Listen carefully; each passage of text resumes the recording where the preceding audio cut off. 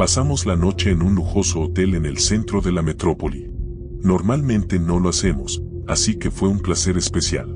Los precios eran sorprendentemente accesibles y aunque no teníamos acceso a ciertas comodidades, como el servicio de habitaciones, nos arreglamos con pedidos de comida a domicilio. Alrededor de las 10 de la noche, bajé para recoger la comida y fumar. Encontré un lugar tranquilo cerca de la entrada, pero un poco apartado. No había mucha actividad alrededor. Mientras esperaba, se acercó a mí un hombre bien vestido con una mascarilla camuflada y me pidió un cigarrillo. No era una solicitud inusual, pero algo en él me resultó inquietante. No puedo decir exactamente qué, pero su comportamiento y su voz me parecieron extraños. Cuando le pasé el cigarrillo, se acercó incómodamente cerca, y en ese momento la situación comenzó a preocuparme. Luego me pidió un poco de comida, y aunque sentía compasión por él, tuve que negarme, ya que solo había 2 sándwiches, destinados para mí y mi esposo. Esperaba que él se fuera, dándome la oportunidad de fumar un cigarrillo. En lugar de eso, se acercó tanto que prácticamente se pegó al paquete de comida, y yo me encontré apretada en el lado opuesto, casi rozando el vidrio. Luego, volvió a pedir comida, y a pesar de mis disculpas, me negué rotundamente. El desconocido insistía, convencido de mi capacidad para ceder. Su decepción crecía, aunque se abstenía de elevar la voz, probablemente para no llamar la atención. El enfrentamiento continuó durante varios minutos. Posteriormente, pidió usar mi encendedor. A regañadientes se lo entregué, pero el hombre volvió a acusarme de engaño. Afirmaba categóricamente que yo podía proporcionarle comida. Al preguntar si trabajaba allí, aclaré que era una huésped del hotel. Mis nervios estaban al límite. Cuando él preguntó sobre mi alojamiento, no pude evitar preguntarle por qué necesitaba esa información. Su respuesta, mencionando los numerosos hoteles cercanos, me llevó a señalar nerviosamente hacia el hotel detrás de mí. En ese momento, la ansiedad me invadió por completo. Toda esa conversación se volvió profundamente inquietante, alejándose bruscamente de mi habitual facilidad con las personas. Su insistencia se volvía cada vez más intensa y enojada. Luego hizo una pregunta. «¿Entonces, te quedarás aquí?» A lo que respondí, «Sí». Durante todo el tiempo, él persistentemente me acusaba de ser deshonesta con respecto a la comida. Centímetro a centímetro, acortaba la distancia entre nosotros, tratando de intimidarme. Sin embargo, continuaba afirmando enojadamente que yo podría proporcionarle comida. Yo repetía, «No, lo siento, no puedo». Nos encontramos incómodamente cerca uno del otro a una distancia segura. Él se apoyó en el mostrador, mientras yo apretaba firmemente mi bolso contra mi pecho. Su rostro estaba a centímetros del mío.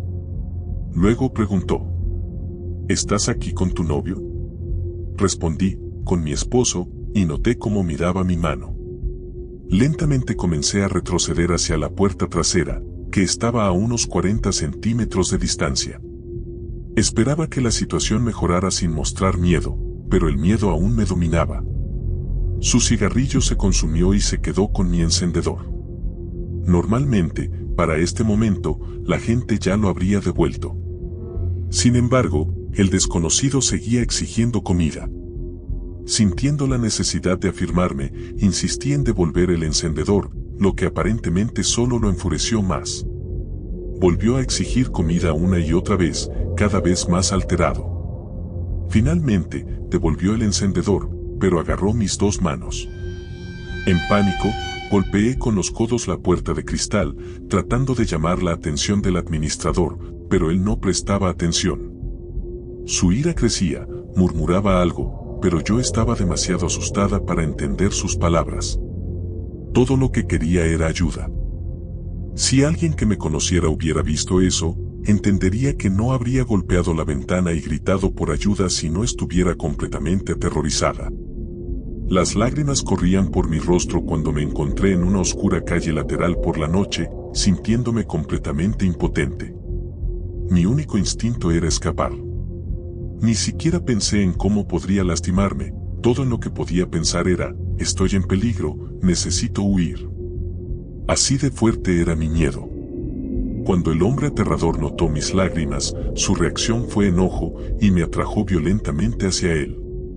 Entonces, algo inesperado sucedió, algo que lo cambió todo, y por eso estoy profundamente agradecida. Fue la llamada de mi madre. Con auriculares en mis oídos, escondidos bajo el capó de mi abrigo, respondí la llamada y comencé a sollozar descontroladamente, casi gritando. «Está intentando atacarme». Esto lo enfureció aún más, haciendo que aflojara momentáneamente su agarre, pero al mismo tiempo lo asustó y el desconocido me soltó. Me lancé hacia la puerta, lágrimas rodaban por mi rostro y mi cuerpo entero temblaba. Las lágrimas no cesaron hasta que llegué a la habitación. Por teléfono, mamá me reconfortó, aconsejándome que no saliera de casa. Mi esposo de inmediato comenzó a consolarme y mostró ternura. Me abrazó, deseando escuchar cada detalle, a pesar de mis intentos de explicarlo todo entre sollozos y respiraciones entrecortadas. Cerca de la 1 de la madrugada me encontraba nuevamente fuera del hotel, esta vez cerca de los Altos Ceniceros junto al restaurante. Aunque un guardia me acompañaba, no podía sacudirme el miedo cuando vi a ese mismo desconocido a través del cristal, lanzándome insultos. No sé si me estaba esperando, pero ese encuentro me dejó horrorizada. Más tarde esa misma noche, se me acercó una desconocida para fumar un cigarrillo. Era una mujer amable que percibió mi angustia. Cuando me abrí con ella, expresó simpatía y contó que llevaba una pequeña pistola en su bolso para protección. Sus palabras me llevaron a tomar una decisión. Decidí armarme con una pistola de pequeño calibre para prevenir la repetición de incidentes similares.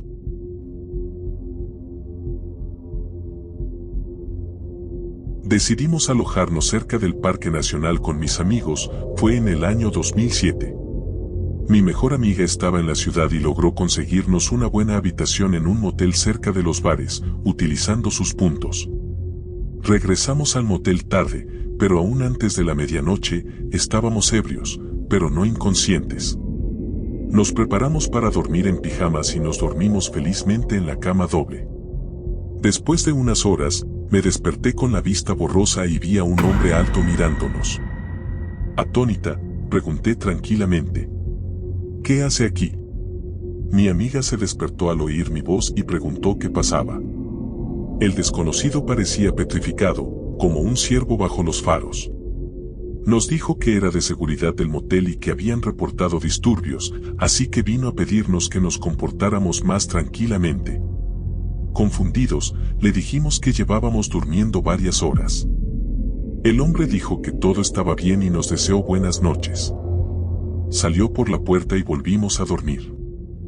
A la mañana siguiente, nos dirigimos a hablar con la gerencia porque durante la discusión nos dimos cuenta de que algo muy extraño había ocurrido. La gerencia habló con mi amiga, y luego vino el director del motel para hablar con ella. Cuando trajeron a otra persona y hablaron con ella, nuestra amiga se puso pálida como el papel. Este motel no tenía servicio de seguridad en el lugar y nadie informó de ninguna infracción la noche anterior. Nos cambiaron inmediatamente a otra habitación y mejoraron nuestras condiciones de alojamiento. Hasta el día de hoy me pregunto si esta habitación fue objeto de un ataque, porque en ese momento solo debía haber una mujer dentro, y cuando la persona nos vio a las dos, entró en pánico y decidió no actuar más. También me pregunto qué habría pasado si nuestra reacción no hubiera sido mitigada por el alcohol y el estado de sueño. Si hubiéramos gritado, ¿habría provocado algo más siniestro? Esto ocurrió el 14 de febrero, en el día de San Valentín. Yo y dos de mis amigas decidimos alquilar una habitación económica en un motel para relajarnos un poco y comenzar la festividad más solitaria. Lo había hecho antes, pero esa noche no estaba de humor para nada más que una botella de vino. En general, no estábamos familiarizadas con la zona del motel que habíamos reservado, pero era barato, y eso era lo único que importaba. Eran alrededor de las 3 de la mañana, y detrás de la puerta escuchamos a alguien tropezar y chocar contra las paredes. Pero era San Valentín, así que supusimos que era una pareja borracha a punto de tener relaciones sexuales. Los tropezones cesaron detrás de nuestra puerta y todo quedó en silencio. Mis amigas ya estaban relajadas en ese momento y yo estaba bastante borracha. Oímos a una mujer sollozar detrás de nuestra puerta. Supongo que se sentó de espaldas a nuestra puerta porque escuchamos cómo se deslizaba por la pared y caía al suelo. La mujer comenzó a intentar hablar con nosotras a través de las rendijas del marco de la puerta, diciendo que había perdido a sus perros y que nos gustaría ayudarla. Eran las 3 de la mañana y no sabíamos nada sobre esa área, así que el sentido común nos decía, no reaccionen, así que no lo hicimos. Después de eso, la mujer comenzó a golpear la puerta, diciendo que le habíamos robado su perro y que iba a entrar para matarnos. Ella arañaba y golpeaba la puerta durante 10 minutos seguidos y luego simplemente se detuvo. Mis amigos comenzaron a sentirse mal, los invadió el pánico, y cuando la extraña dejó de hacer ruido, intenté asegurarles que se había ido y que podían volver a disfrutar su tiempo libre. Para demostrárselo a mis amigos, miré por la mirilla para asegurarme de que esa mujer realmente se había ido. Esa desgraciada intentaba mirarme desde el otro lado. La observé mientras retrocedía y se quedaba quieta, firme como una estatua de concreto literalmente. Miraba directamente a través de la mirilla, mirándome directamente a los ojos. Dudo que ella pudiera verme a través de la mirilla, pero mantuve contacto visual con ella. Luego la mujer comenzó a gritar y golpearse contra la puerta, lo que afortunadamente despertó a nuestros vecinos, y llamaron a recepción. La mujer de la recepción vino e intentó hacer que esa mujer se fuera. La mujer se fue, pero caminaba por el pasillo del motel, gritando fuerte y sin salir del recinto, continuando su grito sobre sus perros perdidos en el pasillo del motel a las 3 de la mañana. Llamaron a la policía por esta mujer. Ella desapareció, pero no abandonó el motel. Los policías corrían por los pasillos tratando de encontrarla. La mujer de la recepción me preguntó si podía proporcionar a la policía una mejor descripción o alguna información. Traté de negarme, pero al final la policía aún vino a mí.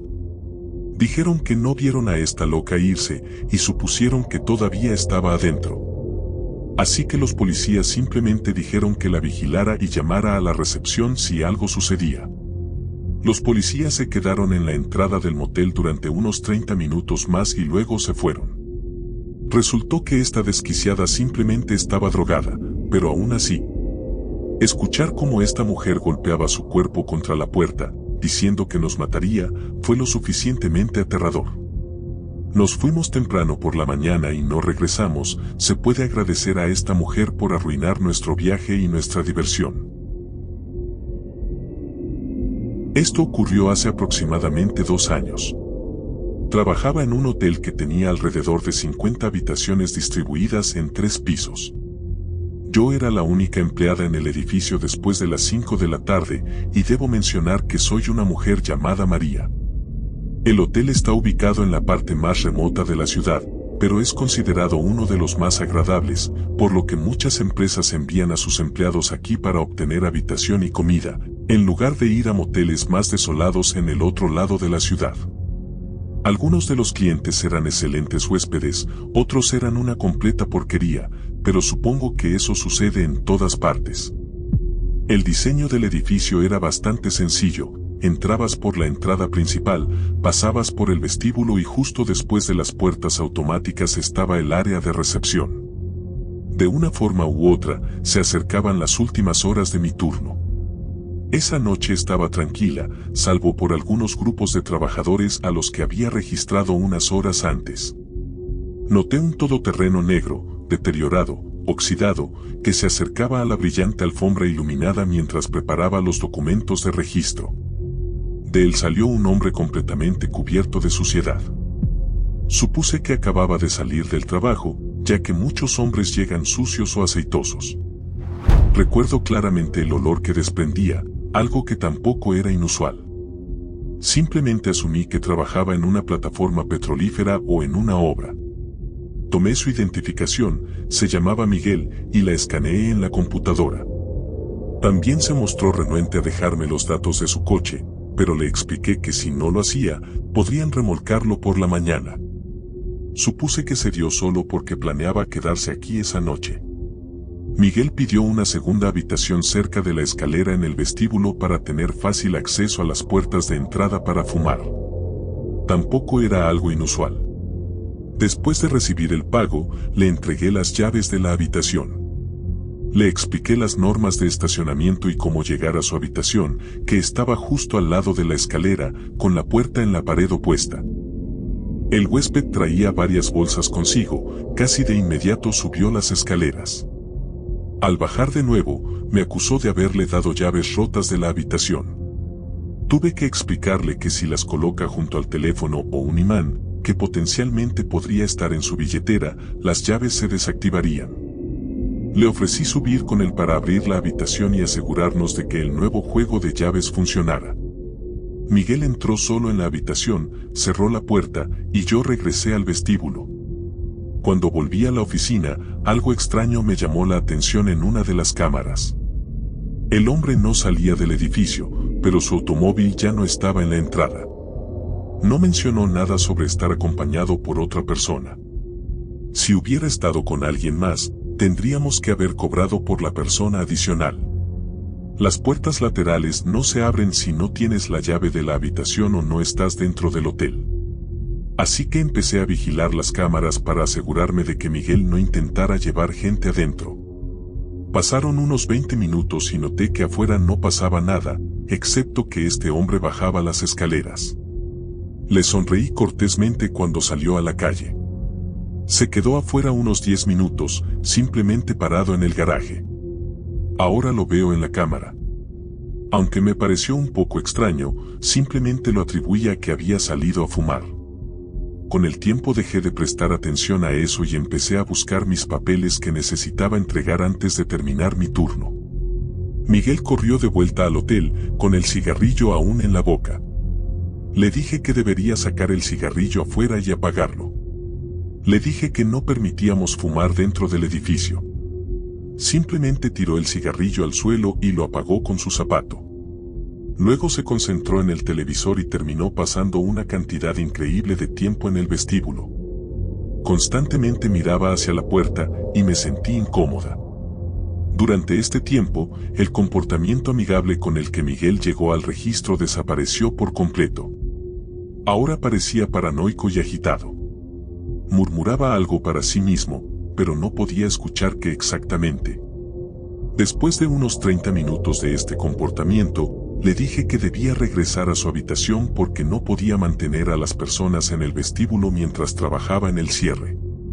Era una mentira, pero las reglas en este trabajo nos permiten inventar razones si nos sentimos incómodos con la presencia de un huésped.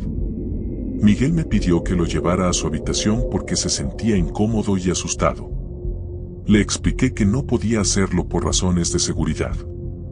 Solo podía observarlo subir las escaleras a través de la cámara y él podía llamar a la recepción desde su habitación cuando llegara. Solo estaba tratando de ser amable y enviarlo a su habitación lo más rápido posible.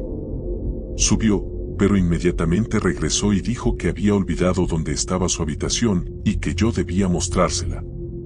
Le dije que no podía dejar mi lugar o el vestíbulo, pero podía explicarle dónde estaba su habitación porque era muy fácil. Siguió murmurando, esta vez sobre haber perdido su teléfono. No le presté atención. Después de explicarle a Miguel dónde se encontraba su habitación, él regresó arriba y escuché cómo se cerraba la puerta. El eco resonó por todo el segundo y primer piso, y de repente sentí escalofríos recorriendo mi piel. Casi de inmediato, él bajó de nuevo y empezó a gritarme, acusándome de haberle robado su teléfono móvil, de planear su muerte y de exigir que encontrara su teléfono. Era completamente increíble, ya que no había salido de la oficina desde que me aseguré de que la llave de su habitación funcionara. Miguel me pedía ayuda, pero yo solo quería que se marchara. Por eso metí un destornillador en mi bolsillo por si intentaba atacarme y comencé a buscar su teléfono entre los sofás del vestíbulo. No lo encontré, pero sí encontré su tarjeta de crédito, lo que también hizo que me acusara de robo. Me enfadé mucho y le dije que si no podía respetarme en mi lugar de trabajo, podía llamar a la policía y exigir que lo escoltaran a su habitación o fuera del establecimiento. Miguel se enojó aún más, me arrebató la tarjeta de mis manos y salió de nuevo a la calle. Después de unos 20 minutos, volvió dentro. Estaba más tranquilo, pero preguntó si podía acompañarlo afuera porque algo estaba mal con su coche. Cuando me negué rotundamente, me dijo que necesitaba salir afuera, que no era justo, que él era el único que estaba trabajando en su coche y que simplemente necesitaba ayuda, maldita sea. Me tocó explicarle que no tengo permitido acompañar a los huéspedes fuera del edificio. Él insistió en que simplemente debía salir con él a la calle. Sentí una creciente ansiedad y dejé que mis pensamientos vagaran por amplios horizontes, y esto no fue una excepción. El pánico comenzaba a apoderarse de mí, así que llamé al director y pregunté qué podía hacer. Este era mi primer trabajo en un hotel, y aunque tenía mucha libertad durante mi turno, aún quería saber cómo actuar correctamente en tales situaciones. El dueño me dijo que si me sentía incómoda y sospechaba que un cliente estaba ebrio o representaba un peligro para mí o para él mismo, tenía todo el derecho de llamar a la policía y solicitar que se le prohibiera la entrada al hotel. Pregunté si podrían simplemente vigilarlo a través de las cámaras, tenían acceso a ellas porque su comportamiento era tan extraño. Cerré todas las puertas en el vestíbulo y me aseguré de que las salidas laterales y de incendios estuvieran bien aseguradas y cerradas para que nadie pudiera entrar. Hice todo esto mientras él hablaba por teléfono con mi jefe, porque tenía tanto miedo de salir del despacho sola. De vuelta en la oficina, cerré la puerta y esperé a que él volviera adentro.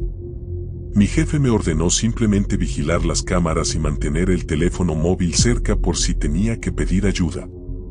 Mientras tanto, noté en las cámaras que ya no veía a Miguel. No sabía dónde había estacionado, pero demonios, no iba a buscarlo. En cambio, me di cuenta de que otro coche había pasado por nuestro estacionamiento. Llamé al hotel vecino para preguntar si el coche había sido captado por las cámaras y me dijeron que era un coche desconocido. El coche era desconocido para mí también, lo que aumentó aún más mi preocupación. El coche regresaba por detrás del edificio hacia el frente, pero no se estacionaba y luego hacía lo mismo con el edificio contiguo. El estacionamiento estaba casi vacío, así que sabía que no estaban buscando un lugar para aparcar. El coche seguía avanzando, y yo lo seguía de cerca en la cámara, sin darme cuenta de que Miguel había regresado adentro hasta que fue demasiado tarde. Miraba la pantalla de la cámara mientras Miguel entraba, sin siquiera notar que un extraño auto estaba justo detrás de él. Di un salto cuando golpeó el hombro contra la puerta, gritándome que la abriera porque su tarjeta no funcionaba. Desbloqueé la puerta y lo dejé entrar. Comenzó a contarme que necesitaba una nueva habitación porque alguien estaba tratando de entrar y robar sus cosas. Le expliqué que si alguien intentaba ingresar a su habitación, la cerradura de la puerta enviaría una alarma. Pero la alarma no sonaba. Dijo que era porque solo usaban una llave, pero no podía demostrarlo.